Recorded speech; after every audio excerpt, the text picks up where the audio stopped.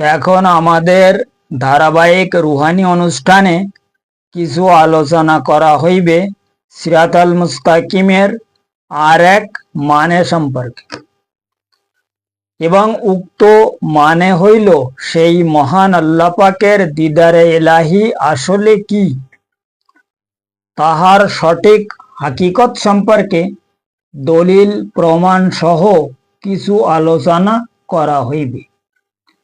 কারণ উক্ত মহাকঠিন হাকিকি বিষয়কে যদি রুহানি হিসাব অনুযায়ী সঠিক উপলব্ধি করা যায়, তবে বর্তমান জামানার প্রত্যেক মানব গোষ্ঠী উক্ত সিরাতাল মুস্তাকিমের হাকিকত সম্পর্কে আরো এলেম অর্জন করিতে অবশ্যই সক্ষম হইবে ইনশাআল্লাহ তাআলা।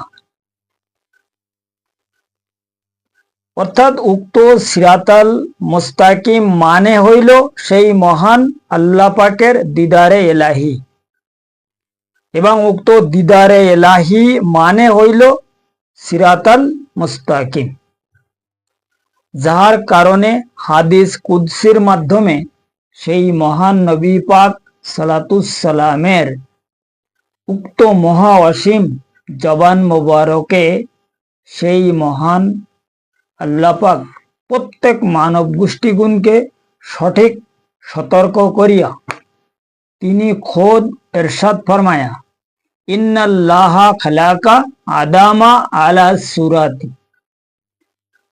অর্থাৎ সেই মহান বারে এলাহি ইরশাদ ফরমায়া, আমার নিজ সুরতে আমি আদমকে সৃষ্টি করিয়াছি। এবং তিনি আরো ইরশাদ ফরমায়া, আল ইনসানু সিররাই ওয়া আনা সিররুহু। অর্থাৎ সেই মহান বারে এলাহি ইরশাদ ফরমায়া, সমস্ত মানব গোষ্ঠী আমার গুপ্তভেদ এবং আমি তাহাদের একদম নিগূঢ় তত্ত্ব রহস্য। কাজেই এখন উপলব্ধি করার বিষয় হইল সেই মহান আল্লাহ পাকের উক্ত গুপ্ত ভেদ আসলে কি। তবে উক্ত সিরাতাল মুস্তাকিম এবং তাহার দিদার সম্পর্কে সঠিক উপলব্ধি করা যাইবে। কারণ প্রত্যেক মানব দেহর মাথার মধ্যে সেই মহান আল্লাহ পাকের এক রুহু রইয়াছে, যে রুহুর নাম হইল লতিফা আনা। প্রত্যেকের এই মাথার মধ্যে, মানব দেহর প্রত্যেকের মাথার মধ্যে সেই মহান আল্লাহ পাকের এক রুহুকে তিনি গস্তিত ফরমায়া, যে রুহুর নাম হইল লতিফা আনা। উক্ত আনা রুহু হইল তাহার সেই গুপ্ত ভেদ। কারণ উক্ত আনা রুহুর মাধ্যমে, আনা রুহুর রুহানি ওসিলায় সেই মহান আল্লাহ পাকের দিদারে এলাহি হাসিল হয়। কারণ উক্ত আনা রুহু হইল সেই মহান আল্লাহ পাকের আলমের মাগলুক বা ওই আলমের রুহু, যে রুহুকে প্রকাশ করার জন্য, যে রুহুকে প্রকাশ করার জন্য মানব গোষ্ঠীর মানে রুহানি ইবাদত শেখার বিশাল দরকার। কারণ এই মাথার মধ্যে যে আনা রুহু রয়েছে, এই রুহুর উপরে তিন পর্দা রয়েছে। একটা হচ্ছে জুলমাতি পর্দা, একটা হচ্ছে নুরানি পর্দা, আর একটা হচ্ছে রহমানি পর্দা। এই তিন পর্দা যদি যতক্ষণ পর্যন্ত না হাঁটানো যাবে, ততক্ষণ পর্যন্ত ওই রুহু বাইরে প্রকাশ হতে পারে। আর যখনই ওই রুহু প্রকাশ হয়, তখন ওর কাজ হচ্ছে আপনার নিজ আলমে যাওয়া। যে কারণে আল্লাহ রাব্বুল আলামিন ইজ্জত ওই হাদিসে এরশাদ ফরমায়া যে মানব গোষ্ঠী আমার গুপ্তভেদ। আর এই আনা রুহু সম্পর্কে সরকারে দু আলম সালাতুসালাম তাহার সেই মহা অসীম জবান মোবারকে তিনি এক হাদিসে আরো এরশাদ ফরমায়া, যে হাদিস সবাই জানে, আনা মদিনাতুল ইলম ও আলিউ বাবহা। এই এই আনা রুহুর কথা আল্লাহ পাক হাদিস কুদসির মাধ্যমে তিনি খোদ ফরমায়া, আর সরকারে দু আলম তার নিজের ব্যক্তিগত হাদিসের মাধ্যমে প্রত্যেক মানব গোষ্ঠীগণকে সতর্ক ফরমায়া যে এই আনা রুহুর মাধ্যমে সেই মহান আল্লাহ পাকের দিদারে এলাহি হাসিল হয়। আর এই আনা রুহুকে প্রকাশ করার জন্য আমাদের এই সিনার মধ্যে যে 5 জন রুহু রয়েছে, এই 5 জন রুহুর মেন লিডার হইল লতিফায় কলব।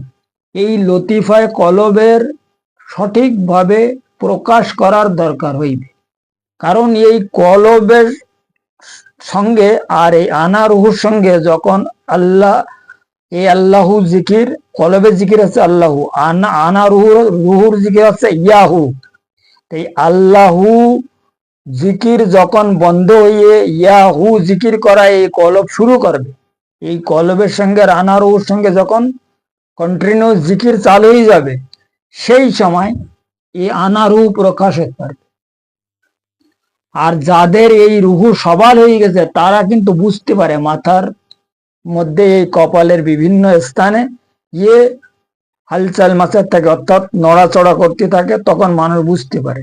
ছোট বাচ্চা যখন ভূমিষ্ঠ হওয়ার 1-2 মাস পরে, 1-2 মাসের মধ্যে ওর এই মাথার বর্মতলে যে এখানে যে একটা নিচু মতন রয়েছে, ঠিক এই জায়গাটা লক্ষ্য করলে মানুষ বুঝতে পারবে যে মাথার মধ্যে একটা রুহু আছে কি না। যে কারণে এই রুহুকে যদি প্রকাশ করা যায়, তা এই রুহুর মাধ্যমে সেই মহান আল্লাহ পাকের দিদারে এলাহি মানুষ হাসিল করতে পারে। কিন্তু এই রুহুকে হাসিল করা, প্রকাশ করার জন্য সিরাতাল মুস্তাকিমের আসলে খুব দরকার, কারণ সিরাতাল মুস্তাকিমের মেন শুরু হইল এই দিল থেকে, অর্থাৎ দিলের মধ্যে যে কলব রয়েছে, রুহু রয়েছে, ওই রুহুর নাম হইল কলব। দিলকে আরবি ভাষায় ফুয়াদ বলা হয়, আর দিলের মধ্যে যে রুহু আছে ওই রুহুর নাম আছে লতিফায় কলব। এখন ওই কলবের যদি প্রকাশ করা যায়, কলবের যদি সবাল করা যায়, কলব যদি জিকির করা শুরু করে, তাহলে দেহর মধ্যে যত রুহ আছে সবাই সবল হতে পারবে। প্রথমে একটা, তৃতীয় চতুর্থ, এই করতে করতে ধীরে ধীরে সব রুহু সবাল হয়ে যাবে। এরপরে ধীরে ধীরে সব রুহু যখন জিকির করা শুরু করে, তখন ওই ব্যক্তি একদম পুরা নূরে নূরাল্লাহ হয়ে যায়, নূরানি চেহারা হয়ে যায়। তার শরীরে শিরার মধ্যে দিয়ে যে রক্ত চলে, ওই রক্তর সঙ্গে নূর সমস্ত শরীরে হয়ে যায়। তখন তার সেই ব্যক্তিকে যারা এই রাস্তার মানুষ, তরিকাপন্থী মানুষ যারা এই তরিকার জগতে চলতেছে, তারা দেখলে অনুভব করতে পারে যে ইনি একজন নূর প্রাপ্ত বা নূরানি ব্যক্তি।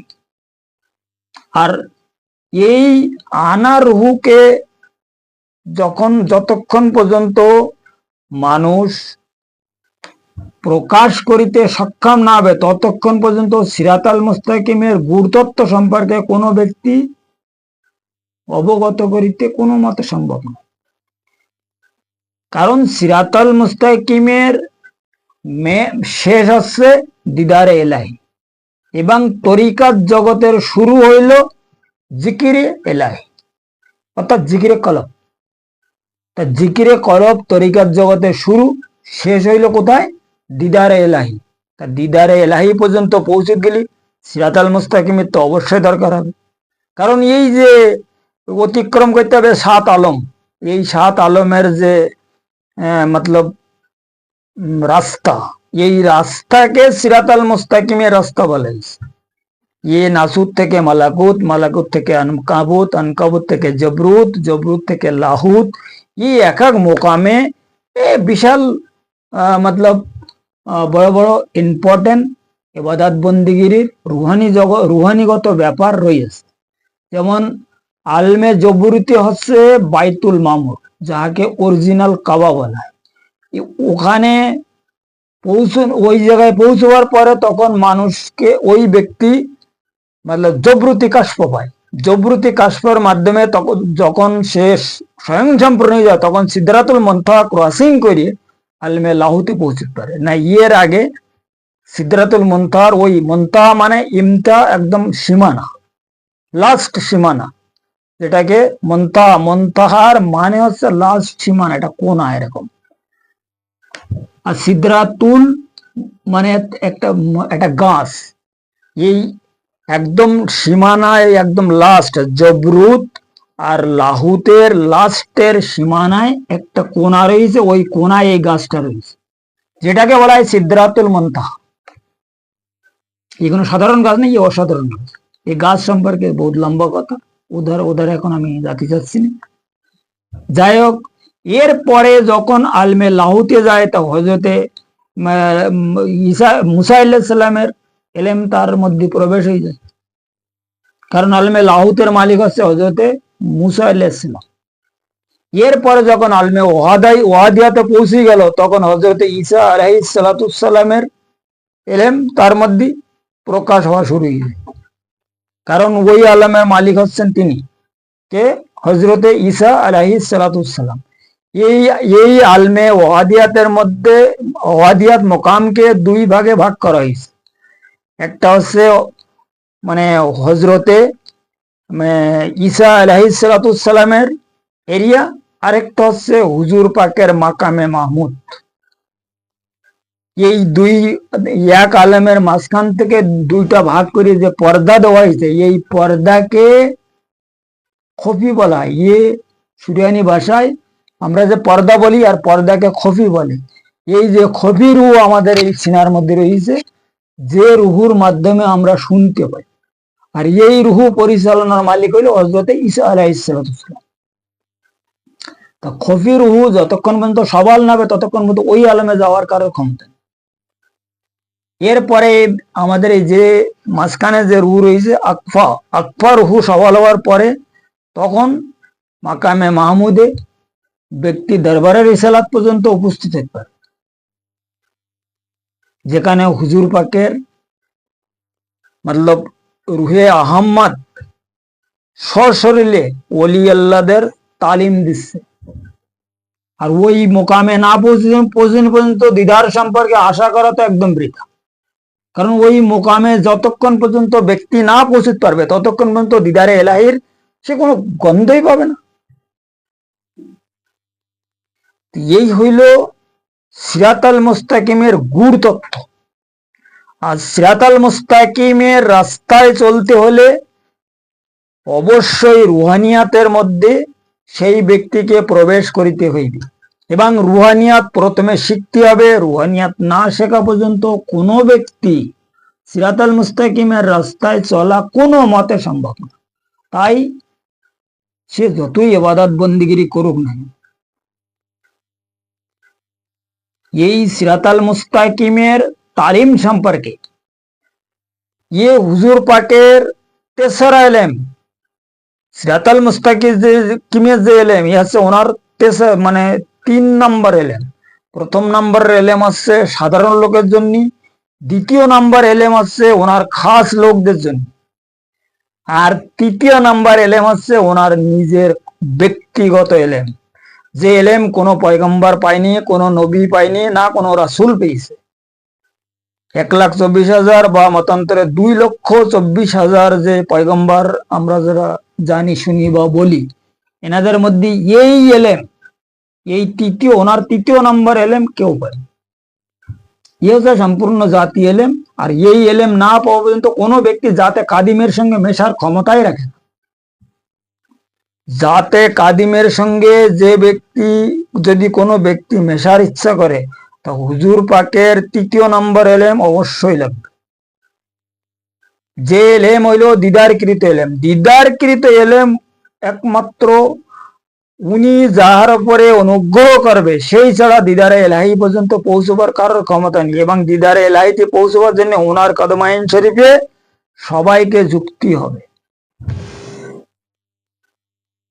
তাই এখন এই বর্তমান সমাজে তো কিছু লোকের মুখে শোনা যায় ওনাকে তো মতলব পতা নেই কি বলে, তাদের সে সমস্ত ভাষা তো আমি বলতে পারবো না, যে কায়দায় তারা বলে ওনার সম্পর্কে।